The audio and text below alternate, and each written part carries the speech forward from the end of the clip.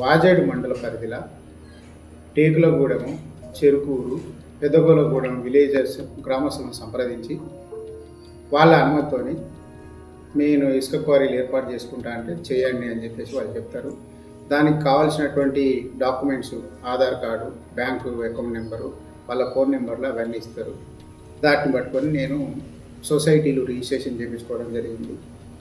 నాకున్నటువంటి పరిచయాలతో నా సొంత ఖర్చులు పెట్టుకొని 2024 వరకు ఈ 3 ఊళ్ళకు పర్మిషన్ తీసుకురావడం జరిగింది.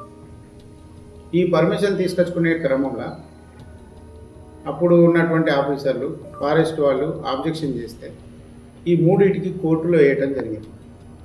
కోర్టులో వేయటం వల్ల పెద్దగోలగూడెం అనేటువంటిది ఈకో సెన్సిటివ్ జోన్లో ఉన్నదని అప్పుడున్న డిఎఫ్ఓ గారు, ఫస్ట్ డిఎఫ్ఓ ప్రదీప్ శెట్టి గారేమో పాజిటివ్ ఇచ్చారు. తర్వాత రాహుల్ సార్ వచ్చిన తర్వాత ఒక్కదానికి ఆబ్జెక్షన్ పెట్టి లెటర్ పెట్టారు. రెండింటికి నేను కోర్టు ద్వారా కొట్లాడి టేకులగూడెంకును చెరుకూరుకు పర్మిషన్ తీసుకొచ్చుకున్న ప్రాసెస్ స్టార్ట్ చేసిన. మార్చి 7వ తారీఖు నాడు మన కలెక్టర్ గారి నుంచి ఫైనల్ ప్రొసీడింగ్ కూడా తీసుకున్నాం. తీసుకునే క్రమంలో నాకు కొంతమంది నన్ను అప్రోచ్ అయ్యి కూనూరు మహేష్, గంగాధర్, శ్రీకాంత్ రెడ్డి అనేటోళ్ళు అప్రోచ్ అయ్యి 2 క్వారీలను ఒక్కని చేయలేవు, 2 దిక్కులా తిరగలేవు, ఒకటి ఎవరికైనా లీజ్కి ఇచ్చి ఆ వచ్చిన డబ్బులతో ఏదైనా ఒకటి పర్ఫెక్ట్గా చేసుకోమని చెప్పి నాకు సలహా ఇవ్వడం జరిగింది. దాని ద్వారా నేను వాళ్లకు ఇచ్చిన, వాళ్ళతోనే ఒప్పందం చేసుకున్నా. వాళ్ళు నాకు ఒప్పందం ప్రకారంగా డబ్బులు ఇవ్వగలిగిన కారణంగా వాళ్ళ డబ్బులు వాళ్ళకి ఇస్తా అని చెప్పి నేను రాసుకున్న అగ్రిమెంట్లో ఉన్నది. నేను క్వారీ అప్పచెప్పకపోయినా వాళ్ళు నాకు డబ్బులు సరైన సమయానికి ఇవ్వకపోయినా వాళ్ళకు ఇచ్చేసి నా క్వారీ నేను ఉంచుకోవాలి అనేటువంటిది జరిగింది. ఆ క్రమంలో వాజేడ్ నుంచి వెళ్ళి కృష్ణారెడ్డి అనేటైనా మరికొంతమంది వచ్చి ఏం చేసిల్లంటే, ఇప్పుడు వాళ్ళ దగ్గర తీసుకున్న పైసలు తీసుకున్నావు కాబట్టి ఇక ఇప్పుడు రిటర్న్ చూడొద్దు, ఇగో ఈ కాంచెలు ఇవ్వకపోతే నువ్వు అన్న పని చేయదు, నువ్వు వాళ్ళ పైసలు రిటర్న్ చేయదు, ఇప్పుడు ఈత తీసుకో అని నాకు 1 కోటి రూపాయలు మాత్రమే ఇచ్చి, మరి ఆ విక్రమ్ రెడ్డి అనేటైనే నేను ఆయనకు అమ్మలేదు, ఆయన చేసింది కాదు. ఒకసారి మనుగూరుకు సంబంధించిన సందీప్ రెడ్డి వడగూడెం క్వారీ దగ్గర ఈడున్న రా అని చెప్పేసి పిలుస్తారు. ఆ రోజు కూడా పోతే వాళ్ళు ఒక రకమైన తీర్పు చెప్పిళ్ళు. ఇవి కూడా నాకు నచ్చక నాకు రావాల్సిన పైసలు నాకు ఇచ్చి వాళ్ళని చేసుకోమని చెప్పిన. నాకు పూర్తి స్థాయిలో డబ్బులు ఇవ్వకపోతే కొంత క్వాంటిటీ నాకు వదిలిపెట్టి వాళ్ళు ఇచ్చిన మేరకే పని చేసుకోమని చెప్పిన. అది ఒక భాగం అయిపోయింది.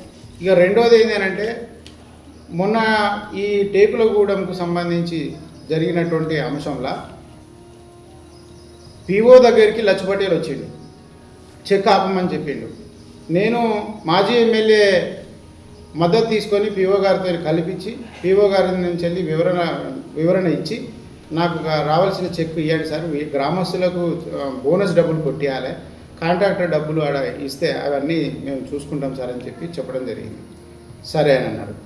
అది సీఎం ప్రోగ్రామ్ అయిన తర్వాత 18 నాడు మధ్యాహ్నం నాకు ఫోన్ చేసి చెప్తే ఇవాళ రావటం కుదరదు సార్, మాకు బస్సు సౌకర్యాలు ఉండేవి కాబట్టి వాళ్ళు రాలేరు సొసైటీ సభ్యులు, రేపే వచ్చి తీసుకుంటామని 19వ తారీఖు నాడు తీసుకోవడం జరిగింది.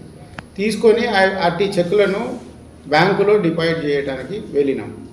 ఈ అంబర్పేట రఘు బ్యాంకుకు వచ్చి ఆయన చెక్ ఆపాలి, మాకు లొల్లి ఉన్నదని చెప్పేసి చెప్తాడు.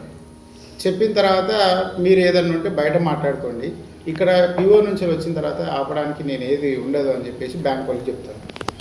బ్యాంక్ వాళ్ళు చెప్పిన తర్వాత బయటకు వచ్చి ఆయన నాతో మాట్లాడుకుంటూ పోతాను. ఈ విక్రమ్ రెడ్డి అనేటైనా నాకు ఫోన్ చేసి, అన్న ఇక అయిపోయింది, మనం కూకొని మాట్లాడుకుందామని అంటే, మాట్లాడుకుందాం, ఎవరికి రావాల్సినవి వాళ్ళు తీసుకుందామని చెప్పిన తర్వాత సరే అన్న అని అన్నారు. మాకు మాజీ ఎమ్మెల్యేతో టైం ఇప్పియండి, ఆడ మాట్లాడుకుందాం, ఎవరికి రావాల్సిన వాళ్ళు తీసుకుందాం అన్న, ఇక వెళ్ళి ఎందుకు అని చెప్పేసి అని అన్నారు.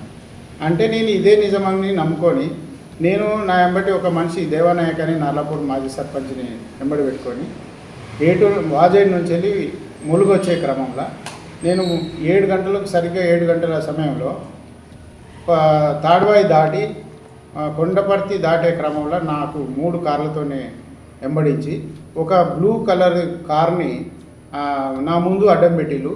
ఒక లారీ ఇట్లా పాస్ అవుతుంది.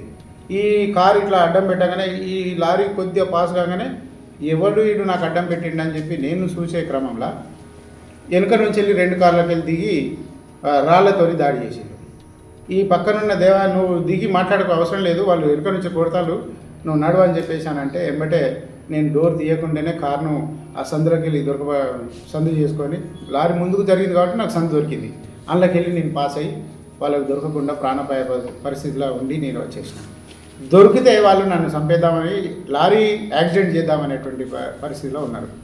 అయితే బ్యాంకు మేనేజర్కు బ్యాంకులకు ఫోన్ చేసి వాళ్ళకు చెక్ ఆపమని చెప్పింది అశోకే, పైడాకుల అశోక్. ఇక్కడికి వచ్చి చెప్పింది పీఓ ఆఫీస్కి వచ్చి చెప్పింది లచ్చు పటేలే. ఇంకా వాళ్ళ పాత్ర లేదని చెప్పేసి అని అంటారు. మళ్ళీ ఉల్టా నా యాక్సిడెంట్ నేనే చేసుకున్నా అని చెప్పేసి అంటారు. ఎవరైనా నా యాక్సిడెంట్ నేనే చేసుకొని వాళ్ళ మీద క్రియేట్ చేసినట్టు ఎక్కడన్నా ఉన్నది వారికి ఎక్కడన్నా. వీళ్ళ పాత్ర బయటకు వస్తుందని చెప్పేసి నా మీద లేనిపోని కథలు చెప్తా ఉన్నారు. వీళ్ళ దగ్గరికి నేను చెప్పులు అరిగేదాకా తిరిగిన. వీళ్ళు నన్ను చంపేయడానికి కుట్ర పూనిలు తప్ప టీఆర్ఎస్లో ఉంటే టీఆర్ఎస్ వాడు వ్యాపారం చేసుకోవద్దా? నేను వ్యాపారం చేసుకుంటున్నా, టీఆర్ఎస్ పార్టీనే, కానీ నాకు పార్టీ వాళ్ళతో బెదిరించి ఇచ్చేసినానంటే నేను వీళ్ళ శరణ్ కోరే నాకు సాయం చేయండి అని పోతే నా క్వారీలు అమ్మిస్తానని చెప్పేసిన వీళ్ళే, నీకు మా మద్దతు తెలుపుతామని చెప్పిన వీళ్ళే ఇవాళ నా క్వారీలు గుంజుకోవాలని చెప్పేసి అంటున్నారు. వీళ్ళ మాట విననందుకు నన్ను వాళ్ళతోని ఇప్పుడు వేరే జిల్లా నుంచి వచ్చినవాడు నా మీద ఇంత పకడ్బందీగా ఇస్తున్నాడంటే వీళ్ళ మద్దతు లేదే వాడు ఇస్తున్నాడా? నేను ఈ లోకలోని కాదా? నాకు బతికే హక్కు లేదా? నన్ను చంపే హక్కు ఎక్కడిది వీళ్ళకు? నన్ను చంపడానికి నా మీద తిరుగుబాటు చేసి నన్ను వినకపోతే దాడులు చేస్తామనేటువంటి పద్ధతి ఎక్కడిది? నేను వాళ్ళని ఏ విధంగా అరెస్ట్ చేసినా నేను అధికారంలో ఉన్నానా అరెస్ట్ చేయడానికి? నన్ను వీళ్ళు చంపాలని అనుకుంటే వీళ్ళు ఎక్కడికి రమ్మంటే అక్కడికి పోదా, నన్ను చంపుకోండి అంతే తప్ప నా మీద లేనిపోని బూటకాలు పుట్టియకండి, నన్ను ఇబ్బందులకు గురి చేయకండి, మానసికంగా ఇబ్బంది పెట్టి నన్ను భయభ్రాంతులకు గురి చేసి నా క్వారీలు తీసుకుంటా అంటే తీసుకోండి, మీరే నడుపుకోండి. ఇక నేను ఏదైతే మీ మీద చెప్తున్నానో నా దగ్గర పూర్తి ఆధారాలు ఉన్నాయి. 3 క్వారీలు నాయే అనడానికి పూర్తి ఆధారాలు ఉన్నాయి.